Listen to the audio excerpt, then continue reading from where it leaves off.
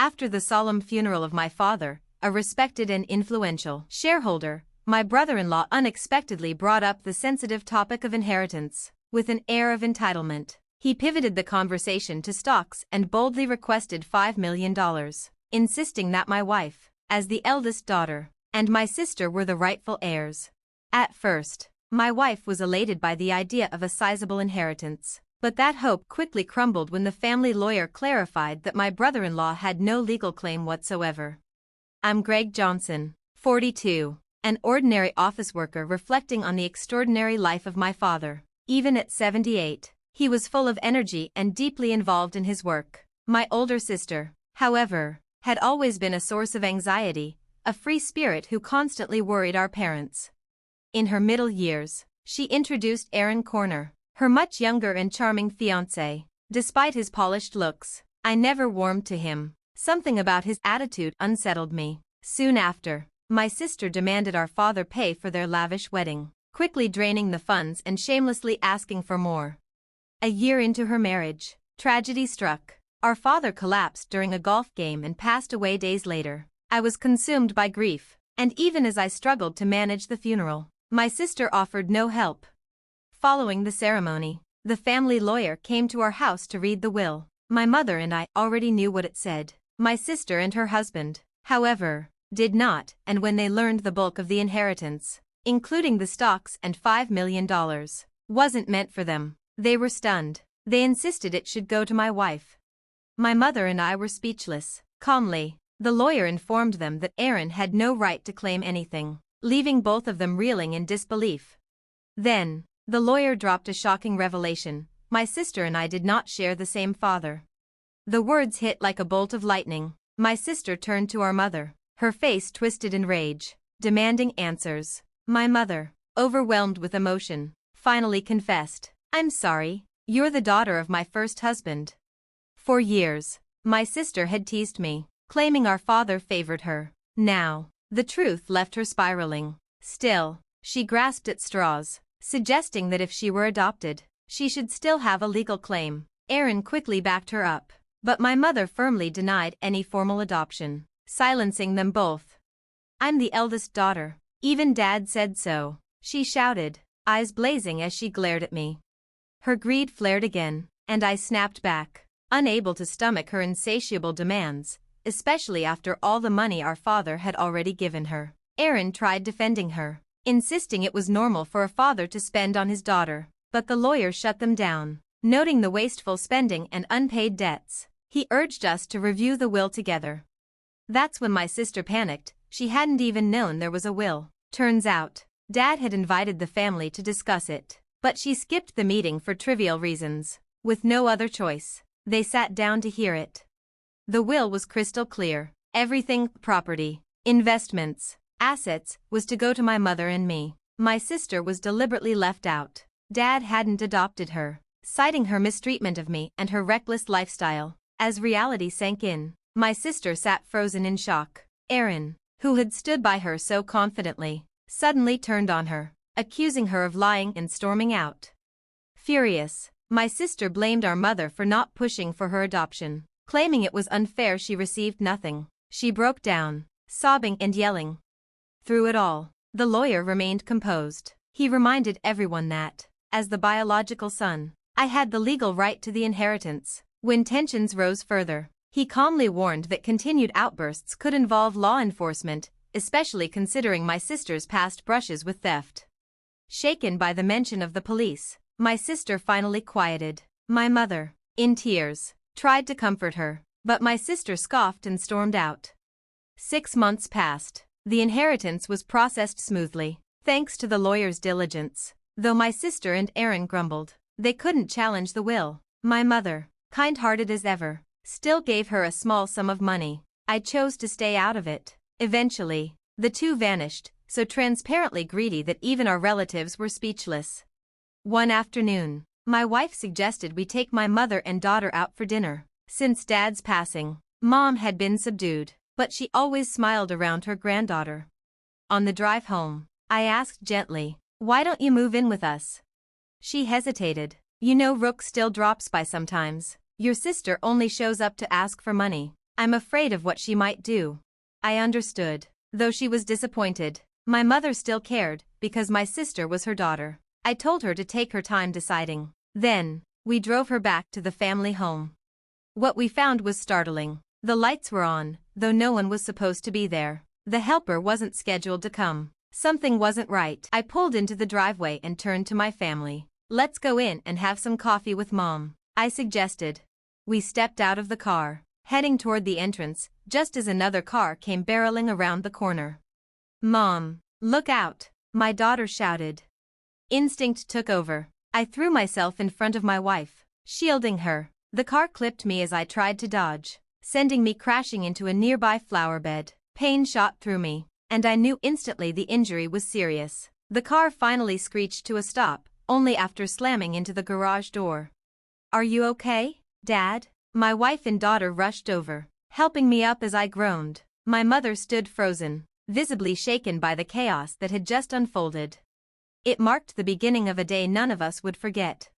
I was rushed to the hospital by ambulance and admitted for observation. Later, I learned that the driver had been Aaron Mourner, my brother-in-law. The police said he claimed he'd hit the accelerator instead of the brake. But something about that story didn't sit right with me.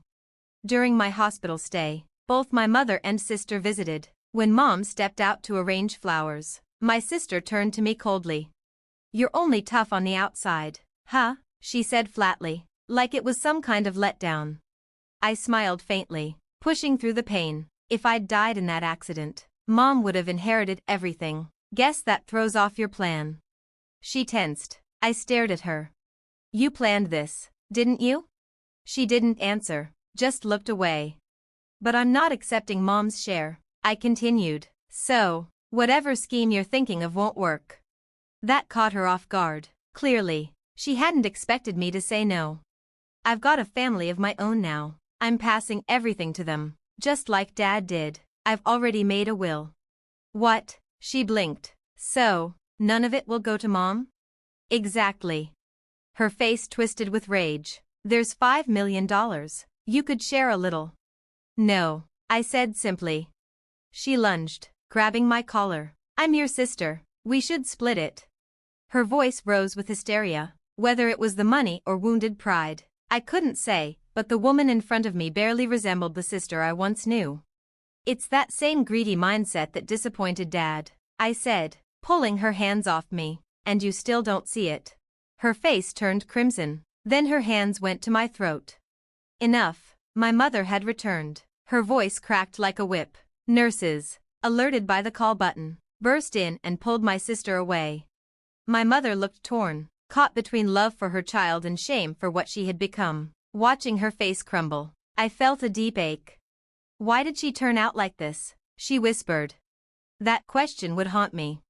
Not long after, my mother's health began to fail. My wife and I visited her more often, hoping to lift her spirits. But this clearly upset my sister. She must have felt threatened, or maybe she simply wanted us gone. Then one day, my phone rang. We're taking care of Mom from now on, my sister said. You don't need to come anymore. What are you talking about? This is sudden. We've decided, and she hung up. Later, my wife told me she'd also been turned away. Concerned, I reached out to Mom, only to discover Erin had some caregiving experience. She assured me she was fine, still independent, and not in any serious condition. That changed a month later. She was rushed to the hospital, an error with her medication, they said. When we arrived, I was shocked. She looked frail, worn down in a way I had never seen. Even the doctors seemed puzzled by the rapid deterioration. I left my wife to watch over her and went to the house to see what was going on.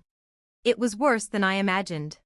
The once warm, tidy home was in disarray. The fridge was nearly empty, unthinkable for someone who loved to cook. The helper had been dismissed. I checked the safe, and to my horror, money was missing, a lot of it, while the account containing the inheritance was secure in a bank vault. Mom's day-to-day funds had all but vanished.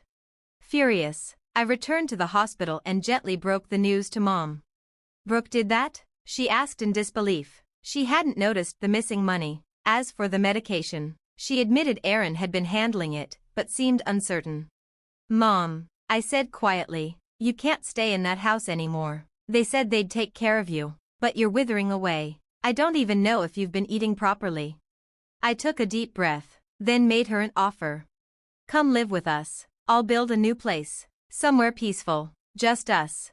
Her eyes welled with tears, but though the offer moved her, her strength was already failing. Despite the doctor's efforts, she never recovered. Her health declined steadily, dragged down not just by illness, but by heartbreak. She passed away not long after. When I returned to the family home for the funeral, it was stripped bare. Jewelry, heirlooms, keepsakes, everything was gone. My sister and brother-in-law had taken them all. And all that was left was a hollow house, and a heavy silence. I was overcome with anger. Something inside me demanded resolution, not out of revenge, but as atonement. For Mother's sake, for all she had endured, I resolved to act. The day after her funeral, my sister and I met at the lawyer's office to discuss the inheritance. "Condolences," she offered with a hollow voice, "but as her daughter, I'm entitled to her share." Her smug tone made me chuckle involuntarily. She was clearly laboring under a misapprehension. "Let's open the will, then," I said calmly. As the lawyer read the document aloud, my sister's face turned ghostly pale. "You're joking." "Why?" she stammered. "You are not entitled to any inheritance," the lawyer confirmed. "This is in accordance with your father's wishes." Her husband, Aaron, erupted. "This is fraud," he barked, knocking papers off the table. "You're trying to cheat us. Hand over the money." I remained calm. "Aaron," I said, "you tried to kill Mother, didn't you?" His eyes narrowed, voice cool. "I'd never do something like that." "Then explain the medication error." "I don't know anything about that," he snapped. "You set this up, didn't you? You planned everything," my sister screamed. "I'm behind on my condo payments. This inheritance was supposed to fix that." It all made sense now. She hadn't rushed to Mother's side upon hearing of her death. She'd been drowning in debt, counting on money that was never hers. "There's really nothing left?" she asked desperately. The lawyer sighed. "I'll explain. After accounting for the funds your brother already recovered, what you had taken and what you sold, there's almost nothing remaining for you." She buried her face in her hands, shaking her head in disbelief. "But I had already coordinated this outcome long before today." "You're lying. There can't be so little," she cried. What she didn't know was that most of Mother's estate had already been transferred, quietly and legally, to my children, her grandchildren. Nothing had been stolen. It had been secured. "You've lived off Mom and Dad your whole life," I said bitterly, "and now you cry when the tap runs dry? You think caregiving doesn't cost money?" she shouted back. "You think it's easy? Then show me receipts," I said flatly, extending my hand. "I'll repay anything you can prove was spent on Mom's care." Her mouth opened, then closed. "I threw them away," she muttered. The lawyer interjected. "Without receipts, there's no legal evidence." My sister faltered. Her husband stepped in, trying to soften things. "Craig, come on," he said. "She's in a tight spot. Just help her out a bit, as family." "I can't," I said firmly. "I've been hurt by her for far too long. This is the result of her own choices." Aaron clenched his fists. Damn it. If that accident had worked out, Rook would have had the entire inheritance. I froze. What accident? Realizing he had slipped, he tried to backpedal, but the damage was done. This was supposed to be simple. Now we don't even have enough left to fix the car. My sister looked horrified. "You idiot, why would you say that?" The lawyer tapped a small recorder on the desk. "You consented to being recorded. This conversation may be used as evidence." Aaron turned ashen. "I'll be pressing charges," I said quietly, "for the accident and for attempted fraud." "You've got no proof," he barked. "You just gave it to me." My sister collapsed into tears, striking her husband repeatedly in panic and rage, but it was too late. In the aftermath, Aaron was prosecuted. Further investigations uncovered troubling patterns in his past. My sister, though charged as an accomplice, escaped with a lesser sentence, but her life unraveled. Desperate for help, she turned to our extended family, but they refused her. The well of sympathy had long dried up.